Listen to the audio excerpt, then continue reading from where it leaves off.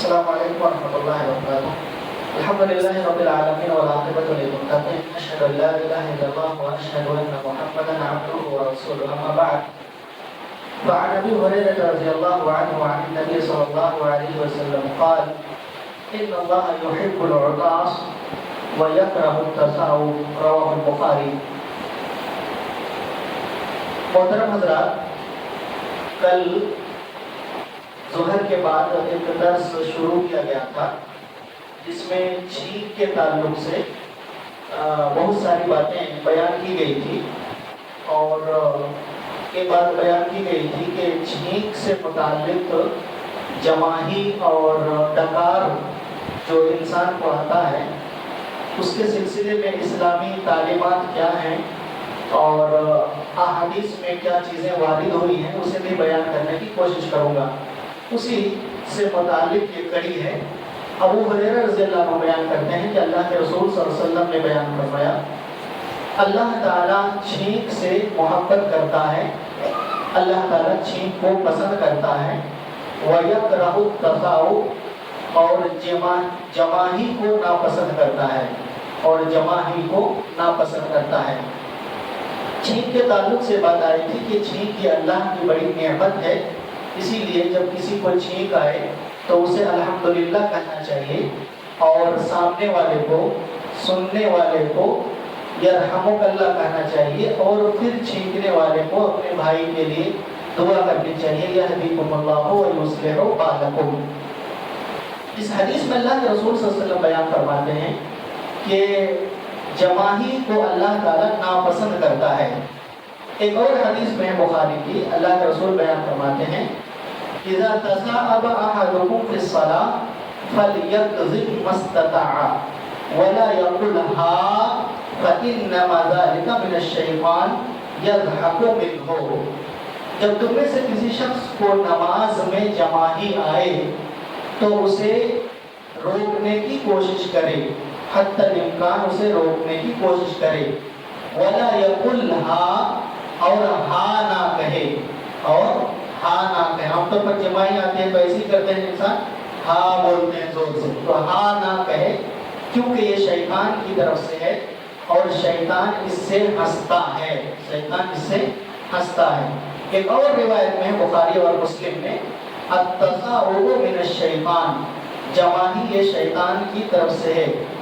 ایک اور روایت میں ہے مسلم کی فَلْيَكْظِمْ مَا اسْتَطَاعَ فَإِنَّ الشَّيْطَانَ يَدْخُلُ، کہ جماہی کو روکنے کی انسان کوشش کرے کیونکہ شیطان منہ میں داخل ہوتا ہے، شیطان منہ میں داخل ہوتا ہے. ابن بطال رحمہ اللہ بیان کرتے ہیں کہ یہ کیوں کہا گیا کہ جماہی یہ شیطان کی طرف سے ہے، تو وہ جواب دیتے ہیں کہ اس لیے کہا گیا کیونکہ جماہی سے شیطان خوش ہوتا ہے، جماہی سے شیطان خوش ہوتا ہے.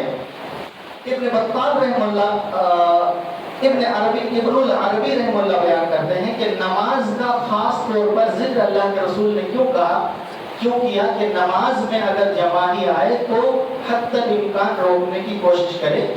وہ کہتے ہیں کہ ہر حالت میں روکنے کی کوشش کرنی چاہیے، لیکن خاص کر کے نماز میں اگر آئے تو اسے زیادہ روکنے کی کوشش ہونی چاہیے، کیونکہ انسان جب نماز میں ہوتا ہے اور جماہی آتی ہے تو اس کی حالت بدل جاتی ہے، یا اللہ سے اس کا دھیان کہیں نہ کہیں بھٹکنے لگتا ہے.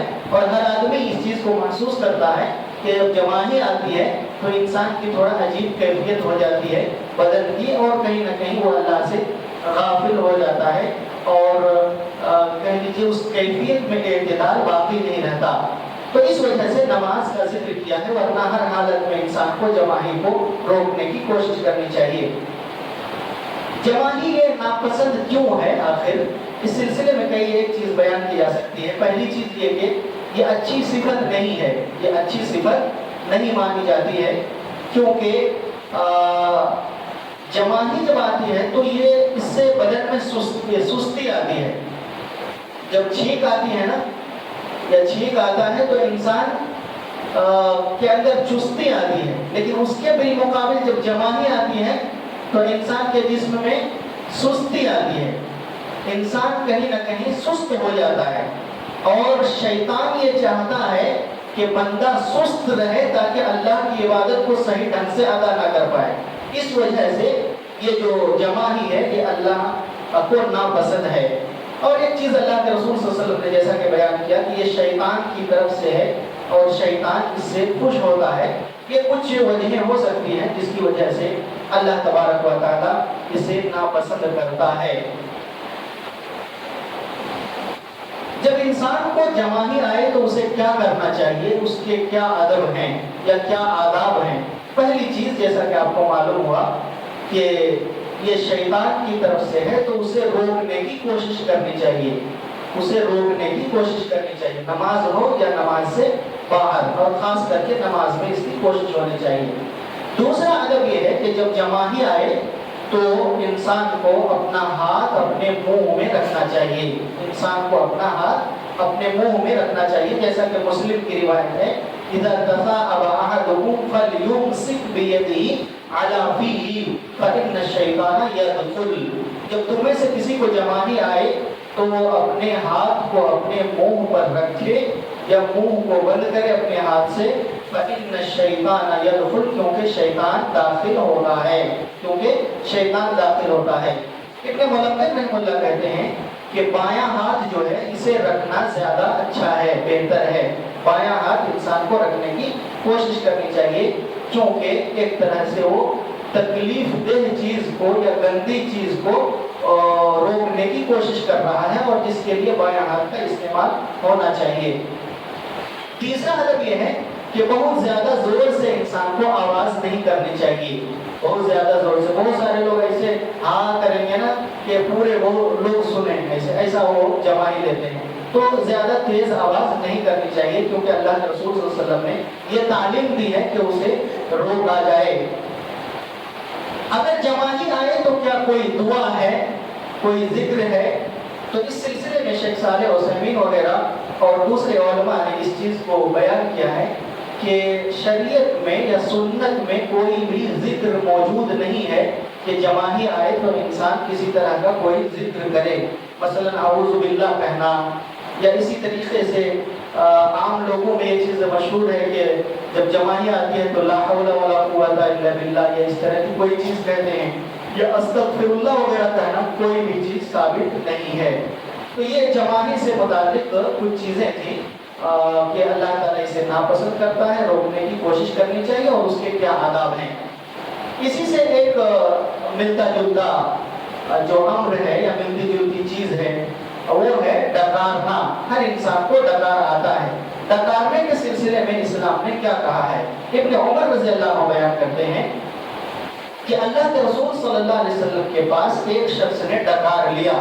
تجشع رجل عند النبي صلی اللہ علیہ وسلم فقال كف عنك جشاءك فإن أكثرهم شبعا في الدنيا أطولهم جوعا يوم القيامة. ترمذی کی روایت ہے, شیخ البانی نے اس حدیث کو حسن کہا ہے. آپ صلی اللہ علیہ وسلم نے کہا کہ تم اپنے ڈکار کو روکو, تم اپنے ڈکار کو ہم سے روکو, یعنی ڈکار نہ لو, کیونکہ دنیا میں بہت زیادہ شکم سیر ہو کر کھانے والے قیامت کے دن بہت زیادہ بھوکے رہنے والے ہیں. دنیا میں بہت زیادہ شکم سیر ہو کر کھانے والے قیامت کے دن بہت زیادہ بھوکے رہنے والے ہیں. آپ صلی اللہ علیہ وسلم نے یہ بات کیوں بیان کیا؟ اس لیے کہ عام طور پر زیادہ کھانے سے ہی ڈکار آتا ہے, زیادہ کھانے سے ہی ڈکار آتا ہے. تو آپ کا یہ کہنا کہ ڈکار کو روکو یا ڈکار سے باز آ جاؤ, یہ مطلب ہے کہ زیادہ کھانے سے بچو, زیادہ کھانے سے بچو, کیونکہ زیادہ کھانا ہی سبب ہے ڈکار لینے کا. اس لیے ڈکار سے منع کرنا گویا کہ کس سے منع کرنا ہے؟ بہت زیادہ کھانے سے منع کرنا ہے. بہت سارے لوگوں کا معاملہ ایسا ہے نا کہ وہ کھانے میں بڑی بے احتیاطی سے کام لیتا ہے. دیکھیے دین اسلام نے ہمیں تعلیم دی ہے کہ اس طرح سے انسان نہ کھائے, جب تک ایک گلا تک نہیں ہو جاتا, یہاں تک نہیں آ جاتا, تب تک نہیں چھوڑتے. بعض لوگ تو کہتے ہیں کھانے کے بعد فخر سے کہ اتنا کھا لے کہ ٹیبلٹ کھانے تک کی جگہ نہیں ہے. اتنا لوگ کھاتے ہیں, حالانکہ مومن کا یہ شیوا نہیں ہے, کیونکہ زیادہ کھانے سے انسان سست ہو جاتا ہے, اور اسی طریقے سے کہہ لیجیے ڈکار وغیرہ آتا ہے, اور پھر اس کے نقصانات بھی ہیں، شرعی اعتبار سے بھی اور طبی اعتبار سے بھی بہت زیادہ کھانے کے نقصانات ہیں۔ خاص کر کے ہم میں سے اور آپ میں سے بہت سارے لوگ ایسے ہوتے ہیں کہ جب مفت کا مال ملتا ہے تو اور زیادہ توڑنے کی کوشش کرتے ہیں۔ مال مفت دلے بے رحم، مال مفت دلے بے رحم۔ اور اسی طرح کہتے ہیں کہ مفت کا مال بھر بھر گال، مفت کا مال بھر بھر گال۔ اور دوسرے لوگ کہتے ہیں کہ دوسرے کے یہاں کھانے آئے تو بسم اللہ کیوں کہو گے، جتنا کھانا ہے کھاتے جاؤ۔ تو اس طرح کی چیزیں ہمارے لیے مومن کے لیے شیوا نہیں ہے۔ اگر کسی شخص کو ڈکار آئے تو کیا کوئی ذکر ثابت ہے، کیا کوئی دعا ثابت ہے یہاں پر؟ مثلا عام لوگوں کے یہاں یہ سنا جاتا ہے جب ڈکار آتا ہے تو الحمدللہ کہتے ہیں، یا الحمدللہ علی کل حال، یا کہتے ہیں شکر الحمدللہ، یا شکر و احسان، اس طرح کے کوئی الفاظ کیا کہنا ثابت ہے؟ شیخ ابن عثیمین رحمہ اللہ بیان کرتے ہیں، جب ان سے سوال کیا گیا تھا تو انہوں نے کہا کہ شریعت میں کوئی بھی چیز، سنت میں کوئی بھی چیز ثابت نہیں ہے کہ ڈکار لینے والا شخص اس طرح سے کوئی چیز کہے۔ ہاں کبھی کبھی ایسا ہوتا ہے بے اختیاری طور پر زبان سے الحمدللہ نکل جاتا ہے، لیکن انسان یہ نہ سمجھے کہ ڈکار لینے کی یہ دعا ہے یا ڈکار لینے کے بعد یہ ذکر ہے، دونوں چیز میں تھوڑا فرق ہے۔ کبھی کبھی ایسا ہوتا ہے، ہم لوگوں سے بھی یہ چیز کبھی کبھی ہو جاتی ہے، لیکن انسان کو یہ نہیں سمجھنا چاہیے کہ سنت میں یہ چیز ثابت ہے۔